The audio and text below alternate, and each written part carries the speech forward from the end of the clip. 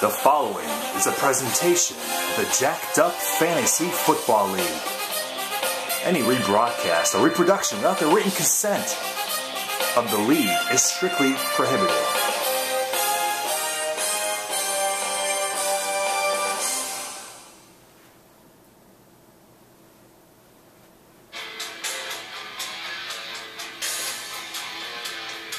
What's up, buddy?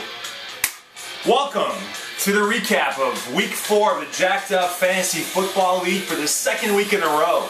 I am joined by the owner of Taking Care of Business. Tied for first place. Tied for first place, taking care of business. Mr. Zoli Balom, how you doing, buddy? I'm good. I'm good. A little Metallica, nice little get me going, get me pumped. Even though I'm not really doing too well, it still pumps me up for the show. All right, cool. Nice.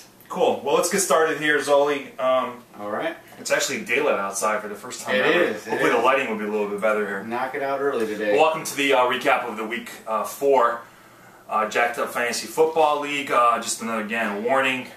TV mature audiences, if your discretion is advised. It's not too late to make a donation for the Leukemia Lymphoma Society Light the Night Walk.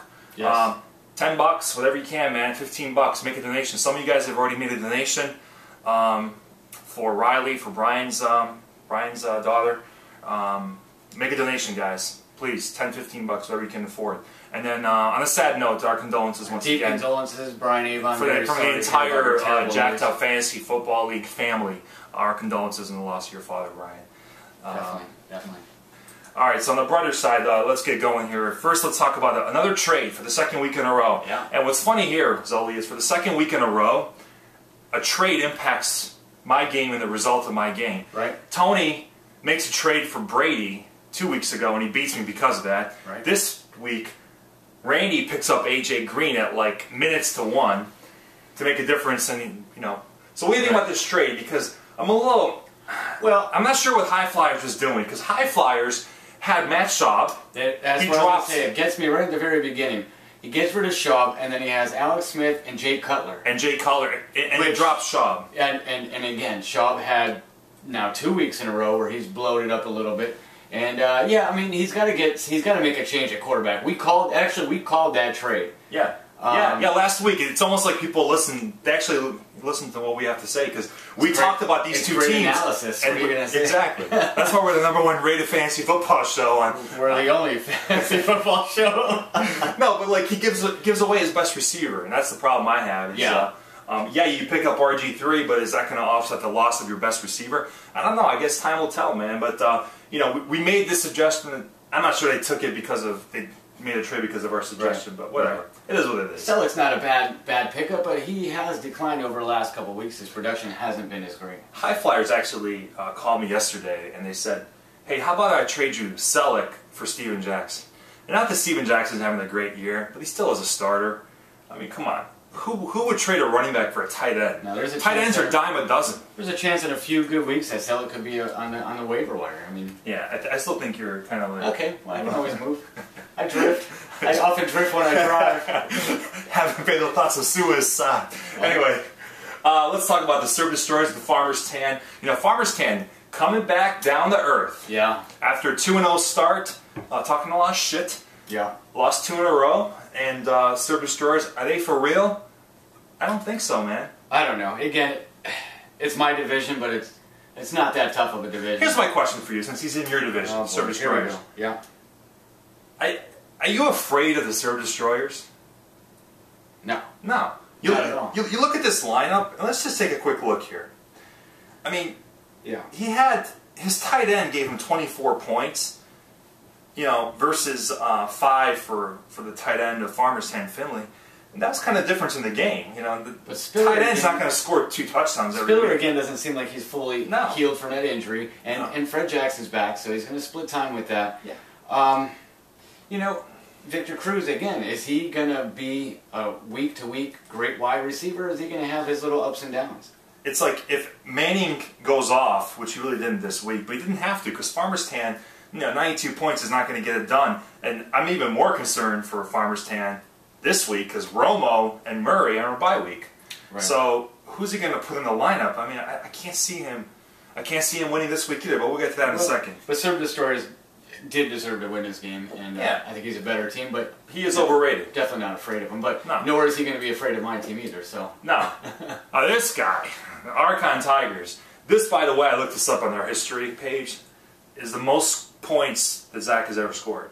Ever. Zach's ever scored. I think there's been higher. No, yeah, but Zach, this is a franchise high, 173 It was points. good karma. He was in Hawaii, and And we were making fun of him with the sandals and the socks. And that's what happens, man. Whatever. That's what happens. Good job. But he always has time to talk trash. You know, I got a text message from him how great he is. But this guy scores 173 points, Zoli. But look at the box score. Goose egg from 2 of his players. Yeah. So he does this with 7 guys. We gave him, a lot of credit for bringing in the 2 tight ends for that flex position of Last tight end. week. And he pays us back by giving him good credit by getting 2 zeros on that. Yeah, and it's funny because he was the first guy to do that, and a lot of people this week follow that lead. High Flyers, I think, did that. Right. TNT did that. They all played the 2 tight ends, or I think they did. But again, he scores 173 with 7 players. So I don't think the kicker that he picked up that was a last-second pickup. He thinks he's God. Nate Kading gets hurt, so he had no choice but to pick up a kicker. Right. Picks up a guy that's kicking 60-yard field goals. Well, Drew Brees finally comes back through and has a game that you would expect a guy like Drew Brees to have. That's big time. And then, Julio Jones with his injured hand gives Roddy White a really good chance to get back in there and prove himself, and he kind of went off. So High Flyers, man, I put on here, I don't think they're quite ready to play the elite teams in the league. But in his defense, last week he played the Bulldogs. Right. This week he played Archon Tigers. 2 of the only undefeated teams, Okay. and they killed him. I think the Bulldogs scored like 165 on him last week. This guy scored 100. So, I mean, people are putting some serious it's points. funny. High Flyers at the beginning of last year, I think went 6-0 at the very beginning, and then just No, he was never 4-0 maybe, something like that. I know he had like an He undefeated started off team, good. and then all of a sudden he got down to reality. And I didn't really like his draft last year. Didn't really like it this year, and unfortunately, sorry, Mike. One thing I want to point out, Zoli, is Chris Johnson on the bench. I understand he's having a very subpar year, right? Right. But he's your number 1 pick in the draft. That's back to our argument where you asked me about Cam Newton. I said that was my number 1 guy. I've got to stay with him. Yeah. Got to stay with him, and Chris Johnson went off. It would not make a difference, but he played 2 tight ends versus putting Chris Johnson As in a the lineup. flex. Come on. Okay, maybe he's not rated one of your starting running backs, but he's got to be at least a flex player for you. Yeah, I don't know. All right, let's talk about your game here for a few minutes. Yeah, Phil TCU. Dawson, baby. Cleveland rocks. Yeah, dude, Cleveland. I mean, Brian was a little pissed off about that. Well, I don't blame him, but everybody always makes fun of me for picking up Phil Dawson, but the Browns don't get in great field position, and this guy is money from outside 50 yards. Yeah. And I take him all the time. I mean, 31 points. I agree, Brian. There has to be a change in the scoring because it's freaking ridiculous. There's no doubt about it. Yeah, but you know what? But I'll take the points. Most of you fuckers never respond to me when I want to make the fucking scoring changes, so fuck all you that are complaining. You did say it's TVMA. Well, Brian... Well, you did say it's TVMA. Okay. Yeah, fuck That's them. fine. Did I say fuck enough in the last 20 seconds? Several times. No, but Brian had the old email fucking address, so he wasn't even getting my emails in the off season when I was trying to get through. Okay. So... But then again, my comment on Fuck the you, message Brian. board is it goes both ways. One time you're going to have a ridiculous score from your It balances kicker, and the out. next time, I think so. It balances out. I But think so. one thing, I mean, let's talk about this. What the hell did you see in Heartline to pick him up? I mean, obviously that's the difference in the game here. I had, it's even embarrassing to say, but I had got rid of Moss. Yeah. And then Which was a good move. And Blackman, obviously hasn't been doing anything. And I had Reggie Wayne on a bye week, so I had to pick up something. And the best person on the waiver line that day happened to be Heartline, and Ohio State, baby. He gave me a career game. And it came down to really one play. It was an 80-yard touchdown. That's 20 points. That's almost the difference in the game. By the way, I just got that Red Zone, NFL Red Zone, and I got to see that one live. It was pretty nice. Yeah, the Red Zone channel is awesome. It It's is. the best invention ever, bro. 100%. And then, but Cam Newton actually came through Yeah. and pulled his weight for me. Well, it seems like he's your gauge. If he does good, you win. If he sucks, That's you true. lose. That's true. So it's do or die. So I won one. Since you told me I'll only win two, so... Yeah, so I just updated last week's slide. I made the 201. Oh, you did put that on there. So, nice. So, this is the week, because you're playing Archon Tigers. I don't want to ruin my picks. Yeah. But I hope it comes this week. And then you're done. So you're going to go 4-10. So I hate to say that. And then you can get some wins that I'll leave on the table. Then, Exactly. Right? All right. Because I'll beat you, and there you go. The Crushers, you're inconsistent, man. You're that's right. I have to play you once. Yeah. I think that's a given. Yeah. All right. Moving on to two guys that they're on my shit list. Both of these guys are on my shit list.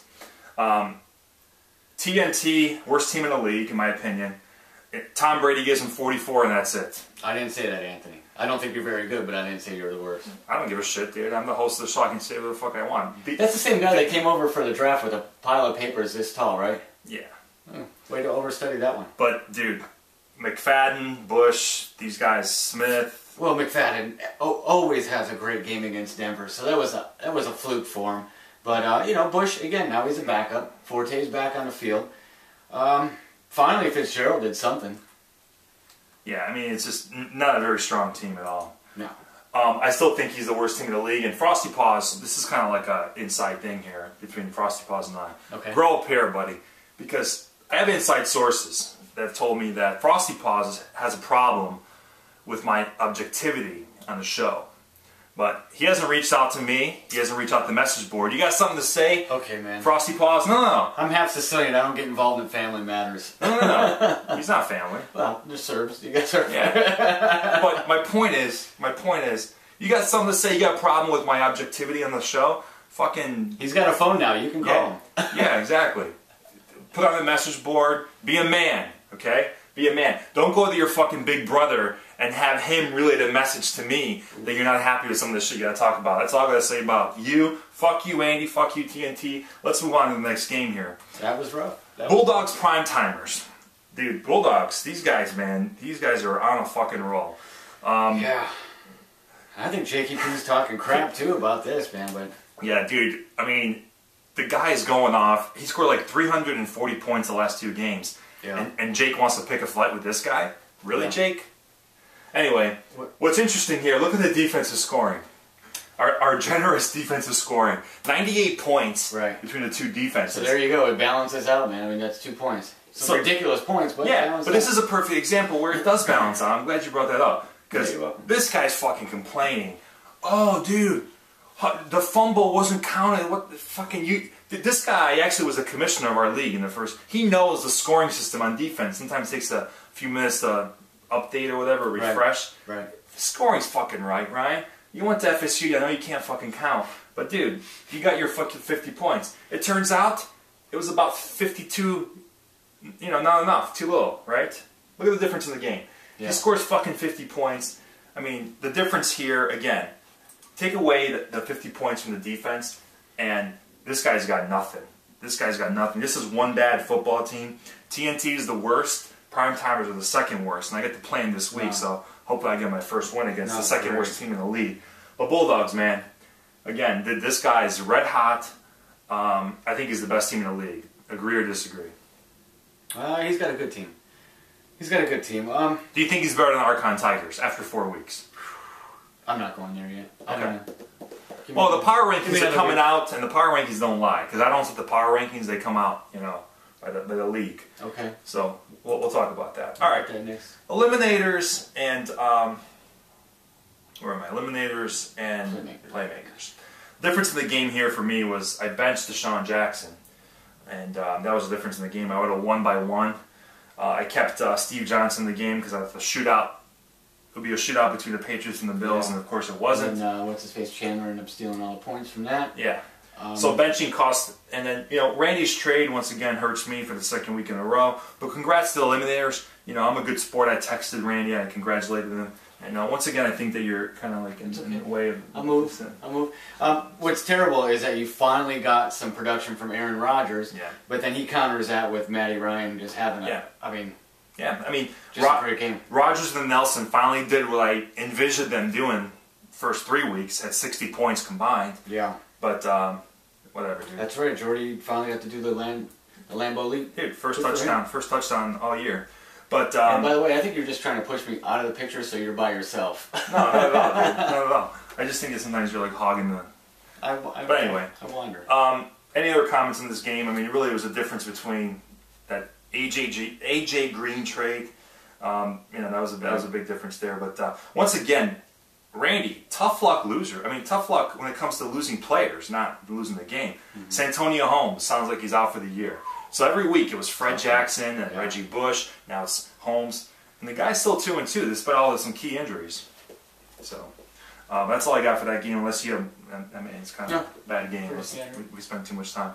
All right, for the first time, we're going to show up the standings here. So of course, one of the few winless teams, one of the few winning teams, undefeated teams, mediocre Farmers, and TNT. Oops. Okay. TCB. So, I mean... I think that's flip-flop, but that's fine. Yeah, who cares? 3-1. Well, I don't like Jake, so I always put you ahead of him, That's fine. Okay. I'll take it. He's talking too much shit. And again, one of the worst teams in the league. And the Bulldogs 4-0, High Flyers 0-4, the rest of the guys 2-2. So that's what I want to talk about. Let's talk about the power rankings. For the first time, we got the BCS power rankings. Yeah. They don't lie, Zach. I mean, according to the site, according to the experts, Bulldogs are the best team right now in the league. You may disagree with that, but look where you are, man.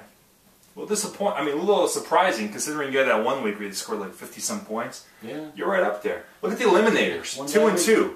This just shows, this is more of an objective. And that's funny because I would have thought the Cleveland Crushers were a better 2-2 team than the eliminators. Yeah. But like you said, it's a better team. But look where the Serb Destroyers are. This guy thinks he's going to play in a championship game against the Archon Tigers. He's ranked 6th. Moving on, this is the most interesting one I've seen so far. The High Flyers are number 8, and they're 0-4. Okay. What that means is their breakdown of their head-to-head records against teams is pretty good. It's actually, he has a winning record. He's just playing, the last 2 weeks, he's played the guy who scored the most points the whole week, right? So, and again, here's the bottom of the pack right there. Look at Farmerstan, defending champ, number 9, baby. Not good.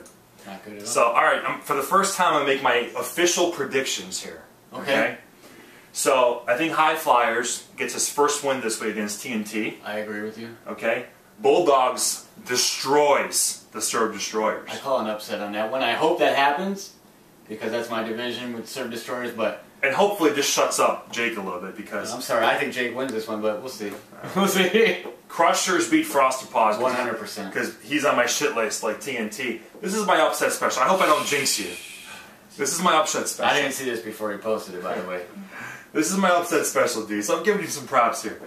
I really hope you knock him off, because I need him to lose a few games and come back down there. Brian Hartline and Phil Dawson, their legs have to be way sore, man. They've never had that much production ever.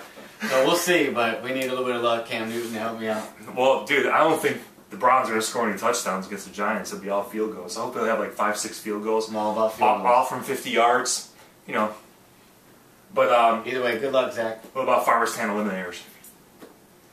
Flip a coin. Okay. I mean, I agree with the Eliminators, but... I think Farmerstan loses his 3rd straight game. Yeah. And Playmakers gets their first win. Agree? I mean, you can say it, dude. If you don't agree, you don't. I like it. Why not? All right. I like it. All right. So good luck to everyone, except for, of course, the team I'm playing in my entire division. I need them to continue to lose. I thought we agreed that you were going to start rooting Zach on. Oh, as a I thought you were going to start telling him that he was the best team out there. I can't, dude. I can't. So first you have me as an upset, and then you're telling me he sucks again. Oh well. Yeah. We'll see. Dude, I can't. I just can't do it. Hopefully he's too sunburnt that he can't change his roster around. No, dude, trust me. He's got his iPad at the beach in Honolulu. He's changing his roster. He'll probably leave it there. Yeah, exactly, for the 3rd time. That's all the time we have. Again, good luck to everyone except for my division and good luck, Ryan. And thanks for joining me for 2 weeks in a row. Awesome. Peace out, brothers. Peace out.